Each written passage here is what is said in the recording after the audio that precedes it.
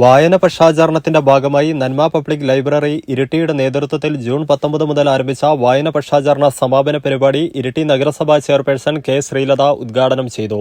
നന്മ charitable society president K Mohanan അധ്യക്ഷത വഹിച്ചു. Iritty taluk library council joint secretary doctor A Baiju മുഖ്യാതിഥിയായി പങ്കെടുത്തു. എഴുത്തുകാരൻ മനീഷ് മുഴക്കുന്ന ഐ.വി. ദാസ് അനുസ്മരണം നടത്തി. നന്മ ഭാരവാഹികളായ Santhosh Koyitti, K Mohanan, doctor G Sivaramakrishnan, C K Lalitha, K Sivadas എന്നിവർ സംസാരിച്ചു.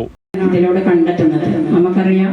ഇതിലാരാണ് ഇപ്പോൾ ഐ.വി. ദാസ് ആണോ അല്ലെ PM പണിക്കരാണോ ഇതിന് മുഖ്യമായിട്ട് നല്ലത് എന്ന് നമുക്ക് പറയാൻ സാധിക്കില്ല. നമ്മളെപ്പോഴും അവരെ പറ്റി പറയുമ്പോൾ കേൾക്കുന്ന തന്നെ തീയും കാറ്റും പോലെയാണ്.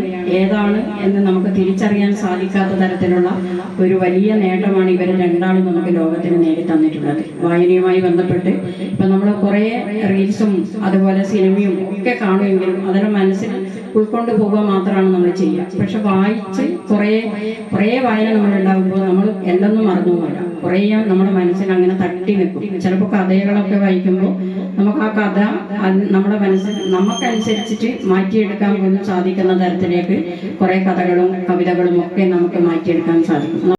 നിങ്ങളൊരു നഴ്സാണോ എങ്കിൽ ജർമ്മനിയിൽ പോകുവാൻ എന്തിന് ലക്ഷങ്ങൾ മുടക്കണം? അതും വിജയം വരെ സൗജന്യ ജർമ്മൻ ഭാഷാ പരിശീലനം യൂറോലീപ് നൽകുമ്പോൾ. Free education, free paper work, free placement assistance. ഇനി സൗജന്യമായി ജർമ്മൻ ഭാഷ പഠിക്കാം, സൗജന്യമായി ജർമ്മനിയിലേക്ക് പറക്കാം. Euroleap immigration consultancy, Kannur, Thrissur and Kollam.